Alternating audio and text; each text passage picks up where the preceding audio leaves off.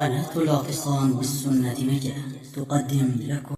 أيضا يكفيك من الزواج أنه سبب في عون الله لك. قال عليه الصلاة والسلام: ثلاث كان حقا على الله عونهم. الناكح يريد العفاف.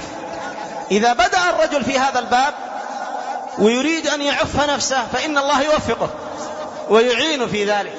ثلاث كان حقا على الله عونهم. والناكح يريد العفاف.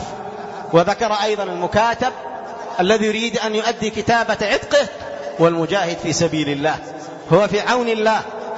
يكفيك من الزواج أنه سبب لزيادة الحسنات في العبادة. صلاتك في جماعة خير من صلاتك مفردا في بيتك أو في سوقك ب25 درجة. وفي حديث آخر من حيث عبد الله بن عمر ب27 درجة.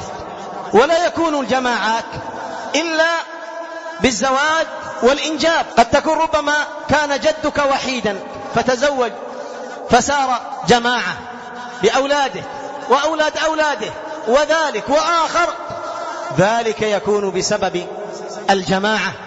ولا تكون الجماعة إلا بالزواج وكثرة الأولاد وكثرة الناس. قال عليه الصلاة والسلام: صلاة الجماعة تزيد على صلاة الفد.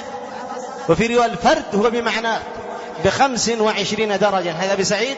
وحديث ابن عمر ب27 درجة.